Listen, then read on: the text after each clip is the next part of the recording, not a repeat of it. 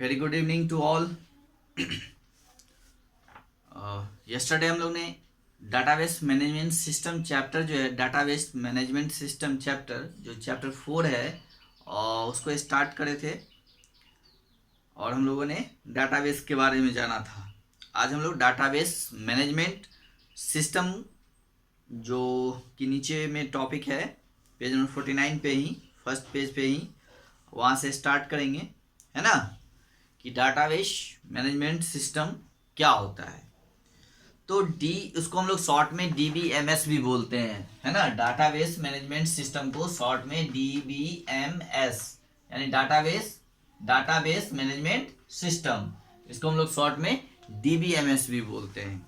And database management system is a collection of program that enables user to create, maintain database and control all the access to the database, है ना। Database management system क्या होता है, जिसमें users को इस बात के लिए इनेबल किया जाता है कि वो अपने डाटा को जो है मेंटेन कर सके, क्रिएट कर सके। User to create, maintain database and control the access of the database, यानी उस अपने डाटा को एक्सेस पे कंट्रोल करना, मेंटेन करना। तो इन चीजों, ये जो काम होता है ना, इसको हम लोग डेटाबेस मैनेजमेंट सिस्टम बोलते हैं। Database management system is a collection of program, यानी ये बहुत सारे प्रोग्रामों का कलेक्शन होता है। Database management system is a collection of program, यानी ये बहुत सारे प्रोग्रामों का कलेक्शन होता है, जिससे यूजर जो है डाटा को क्रिएट कर सकते हैं, उसको मेंटेन कर सकते हैं और कंट्रोल कर सकते हैं एक्सेस को, है ना। जो डाटाबेस होते हैं उसको एक्सेस कर जो है all the access to the database, है ना। जो भी डाटाबेस एक्सेस होते हैं उसको कंट्रोल करने का काम, मेंटेन करने का काम, क्रिएट करने का काम ये DBMS के द्वारा होता है। और DBMS जो होता है, it is a collection of program, यानी ये बहुत सारे प्रोग्रामों का कलेक्शंस होता है ना। The primary goal of the DBMS is to provide an environment that is both convenient and efficient for users to retrieve and store information, है ना। तो जो डाटाबेस मैनेजमेंट सिस्टम होते हैं उसका प्राइमरी गोल क्या होता है, यानी प्राथमिक लक्ष्य क्या होता है, पहला लक्ष्य क्या होता है। तो इसका जो DBMS का वो गोल है ना, कि DBMS is to provide an environment that both convenient and efficient for the users, यानी यूजर्स के लिए काम को आसान करना, कन्वीनियंट करना, इफिशियंट करना, उसके काम को प्रभावी करना, है ना, या फिर डाटा को रिट्राइव करना एंड स्टोर, है ना, इंफॉर्मेशंस।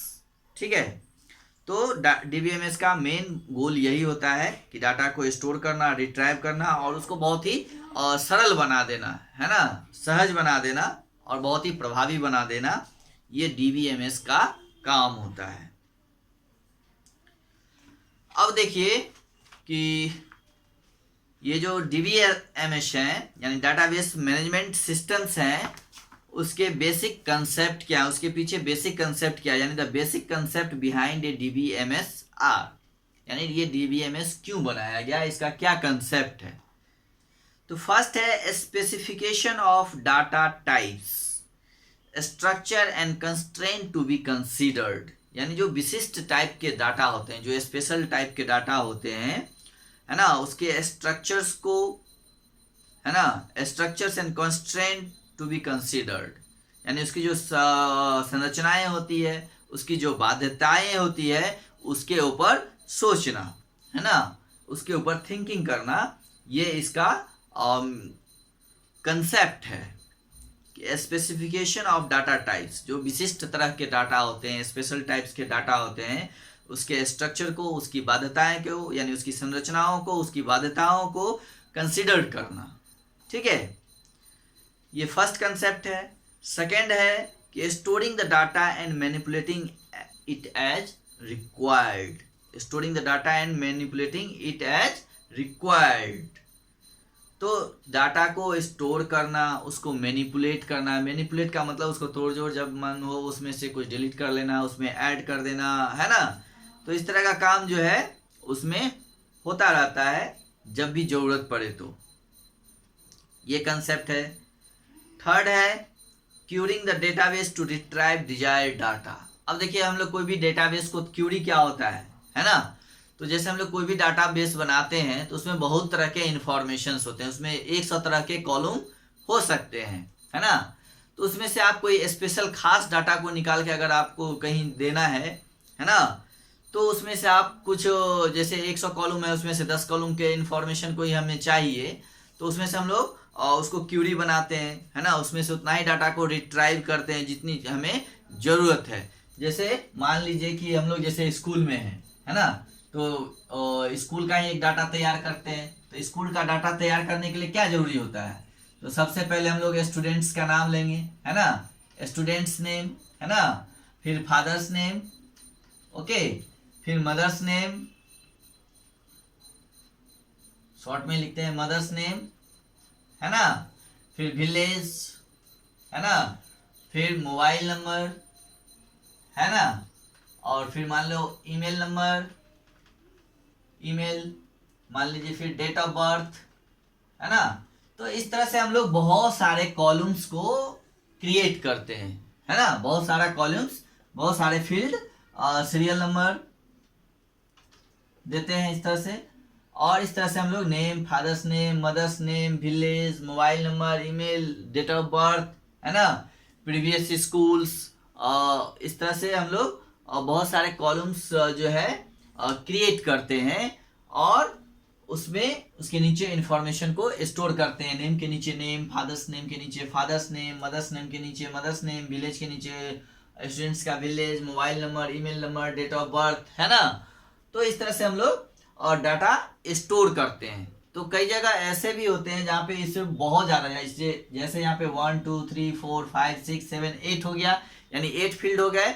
और कहीं कहीं हो सकते हैं आपको 10 भी हो जाएंगे, 12 भी हो जाएंगे, 20 भी हो जाएंगे, 40 भी हो सकते हैं, है ना। तो कई तरह के अलग अलग तरह के डाटाएं होते हैं जहाँ पे अलग अलग तरह के फील्ड्स होते हैं, और उसमें फील्ड्स की संख्या डिफरेंट हो सकती है ना। तो इस तरह से क्या होता है कि अगर मान लीजिए आपको उसे कोई मांग दे कि सिर्फ स्टूडेंट्स का नाम और फादर्स नेम चाहिए और उसका मोबाइल नंबर चाहिए, तो हम लोग क्या करेंगे, इसमें से सिर्फ जो है डाटा को कितना रिट्राइव करेंगे, नेम, फादर्स नेम और उसका मोबाइल नंबर। बाकी डाटा जो ये मदर्स नेम है, फिर ईमेल है, या विलेज है, इसको, या डेट ऑफ बर्थ है, इसको गोल कर देंगे, हटा देंगे, है ना। तो इसे क्यूरी तैयार होता है, यानी क्यूरी में आप उतना ही डाटा लेंगे जितनी आपकी जरूरत हो, है ना। हमको अगर विलेज से कोई मतलब नहीं है तो विलेज लेने का कोई मतलब नहीं है, सिर्फ नेम और मोबाइल नंबर ले लेंगे, उसका फादर्स नेम ले लेंगे, या फिर मान लीजिए नेम या विलेज लेना है, फिर मोबाइल नंबर लेना है। तो इस तरह से जो आपको जैसे मन है वैसे आप इसका क्यूरी तैयार कर सकते हैं, ठीक है। तो querying the database to retrieve desired data, यानी कि आपको इसमें से जो भी डाटा चाहिए, जो आपका डिजायर्ड है ना, वो आप इसमें से इसका क्यूरिंग कर सकते हैं। नंबर 4 कंसेप्ट है कि updating the contents of the database, यानी डेटाबेस जो है उसके कंटेंट्स को अपडेट करना, है ना, अपडेटिंग होते रहना, ये इसका कंसेप्ट है, ठीक है। अब देखिए ये 4 कंसेप्ट हो गए डीबीएमएस के पीछे। The basic concept behind a DBMS are, first है आपका specification of data types, structure and constraint to be considered, second is storing the data and manipulating it as required, third querying the database to retrieve data, and fourth and last updating the content of the database, okay। तो ये 4 types के concept हैं DBMS के पीछे, यानी concept behind a DBMS, okay. Now need for database management system, है ना, database management system की जरूरत क्यों पड़ती है, ठीक है। तो ये अब हम लोग देखते हैं। तो database approach came into existence due to the drawbacks and limitation of files processing system, यानी हम लोगों को डाटाबेस की जरूरत क्यों पड़ी, ये कैसे आ गया, है ना, डाटाबेस कैसे आ गया एग्जिस्टेंस में।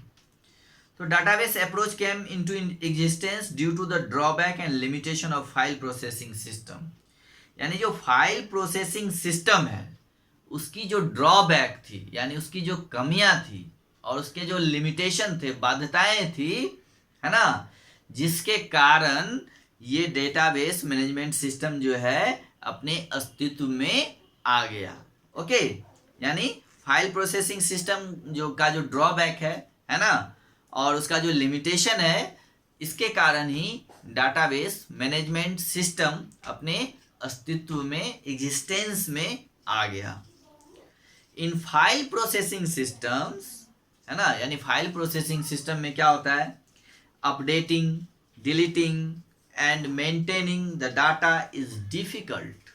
ओके, इसमें क्या होता है कि डाटा को अपडेट करना या फिर डिलीट करना या उसको मेंटेन करना, है ना, ये डिफिकल्ट होता है फाइलिंग सिस्टम में, है ना।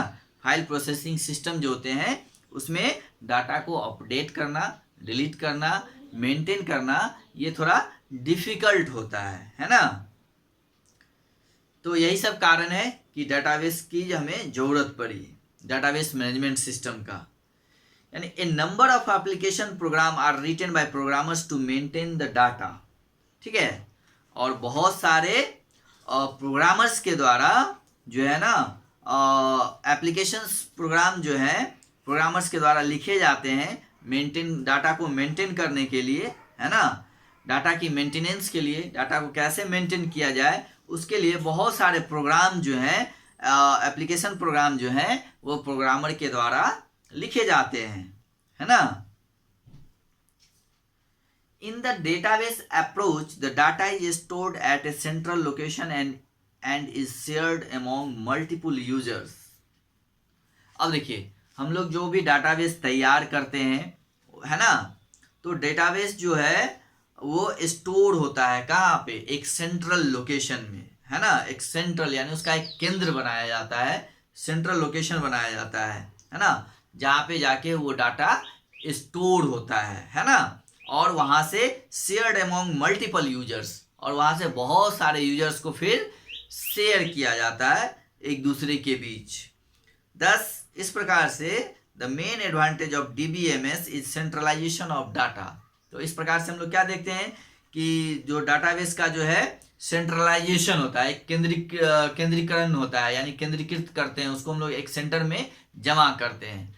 जिससे हम लोग देखते हैं बहुत सारे ऑर्गेनाइजेशंस होते हैं, है ना, like bank, railway station, airports, और भी बहुत सारे ऐसे बहुत सारे ऑर्गेनाइजेशंस हैं, कंपनी हैं, जिसके बहुत जगह काम होते हैं, है ना। आप देखिए कोई एक बैंक है, बैंक जैसे स्टेट बैंक ले लीजिए, पंजाब नेशनल ले लीजिए, ICI ले लीजिए, तो उसके बहुत सारे ब्रांचेज होते हैं और हर ब्रांच में कंप्यूटर्स लगे होते हैं, और कंप्यूटर्स जो है हर ब्रांच में होता है, और हर जगह वहाँ पे हर रोज़ जो है उसमें एंट्रीज होते हैं डाटा का, है ना। डाटा उसमें सेव होते हैं, यानी जितने भी लोग बैंक्स में आते हैं, लेन देन करते हैं, ट्रांजेक्शन करते हैं, पैसा निकालते हैं, जमा करते हैं, चेक देते हैं, चेक लेते हैं, है ना, तो उसकी सारी रिकॉर्ड्स कंप्यूटर्स में फीड किए जाते हैं, फिर डाले जाते हैं। तो वो सारा डाटा जो है क्या होता है, वो एक सेंटर में जाके जमा होता है, उसका एक सेंट्रल जो है सेंट्रलाइज किया जाता है, डाटा को कहीं एक जगह स्टोर किया जाता है ना। नहीं तो क्या होगा कि अगर वो डाटा जो है अगर सेंट्रलाइज नहीं किया जाएगा तो कभी मान लीजिए कि अगर किसी तरह की कोई घटना हो जाती है ना, कंप्यूटर्स खराब हो गए या जल गए, चोरी हो गए, तो उस समय फिर डाटा को रिकवरी करना बहुत ही मुश्किल होता है। इसलिए डाटा को जो है एक जगह सेंट्रलाइज किया जाता है ताकि वो डाटा वहाँ जाके फिर स्टोर रहे, है ना। तो इससे क्या होगा कि आप जब भी चाहिएगा तो उस डाटा को फिर से रिट्राइव कर सकते हैं। ये हुआ, ठीक है। अब इसके बाद है आपका next advantage of database management system, यानी डाटाबेस मैनेजमेंट सिस्टम जो होते हैं उसके क्या फायदे हैं। तो सबसे पहले हम लोग देखते हैं इसमें कौन कौन से एडवांटेजेस हैं। फर्स्ट है आपका the ability to update and retrieve data, यानी डाटा को अपडेट करने का, रिट्राइव करने की इसमें एबिलिटी होती है। ओके। सेकेंड है support concurrent updates. Concurrent updates का मतलब होता है कि एक साथ में बहुत सारे मल्टीपल यूजर्स जो है एक साथ में उसको अपडेट करते हैं, है ना। नेक्स्ट है रिकवरी ऑफ डाटा, यानी डाटा को रिकवरी करना, है ना, उसका बैकअप लेना, है ना। जैसा भी हमने बताया कि किसी भी तरह का कोई अगर आपदा आ जाता है, डिजास्टर आ जाता है ना, या फिर आपकी कंप्यूटर्स चोरी हो जाते हैं या फिर आग लग जाता है कभी कभी कहीं, तो इस तरह से आपके सिस्टम नष्ट हो जाते हैं, तो उस स्थिति में डाटा को कैसे रिकवरी करेंगे, तो ये डाटाबेस मैनेजमेंट सिस्टम के द्वारा हो सकता है। ठीक है। नेक्स्ट है सिक्योरिटी पर्पस। सिक्योरिटी है सुरक्षा, data integrity, control data redundancy, है ना, और data sharing, ease of application development. तो इस तरह के इसमें कई सारे एडवांटेजेस हैं। तो इस एडवांटेजेस को अब हम लोग नेक्स्ट क्लास में और डिस्कस करेंगे। तब तक आप लोग डाटाबेस मैनेजमेंट सिस्टम और इसके पीछे जो डाटाबेस मैनेजमेंट सिस्टम क्या होते हैं और फिर इसके कंसेप्ट्स क्या है, इसको समझिए। फिर डाटाबेस की हमें क्यों ज़रूरत पड़ी, डाटाबेस मैनेजमेंट सिस्टम की, और इन सारे टर्म्स को आप और रिवाइज कीजिए। और पहले जो पढ़ाया गया है डाटाबेस क्या होता है उन चीज़ों को भी समझिए, डाटा क्या होता है उन चीज़ों को रिवाइज कीजिए, है ना। तो फिर हम लोग इसके एडवांटेजेस को पढ़ेंगे, इसकी विशेषताएं क्या है, उसके फायदे क्या हैं, इसके बारे में हम लोग पढ़ेंगे, है ना। तो इससे पहले जरूरी है कि उसको जो भी हम लोगों ने पढ़ा है अभी तक पहले उसको बढ़िया से रिवाइज करिए, है ना, फिर हम लोग आगे पढ़ेंगे। तो आज के लिए हम लोग इतना ही पे छोड़ते हैं, फिर अगली क्लास में उसके एडवांटेजेस को पढ़ेंगे, एक एक एडवांटेज को हम लोग फिर से डिफाइन करेंगे, जो टोटल एडवांटेजेस हैं।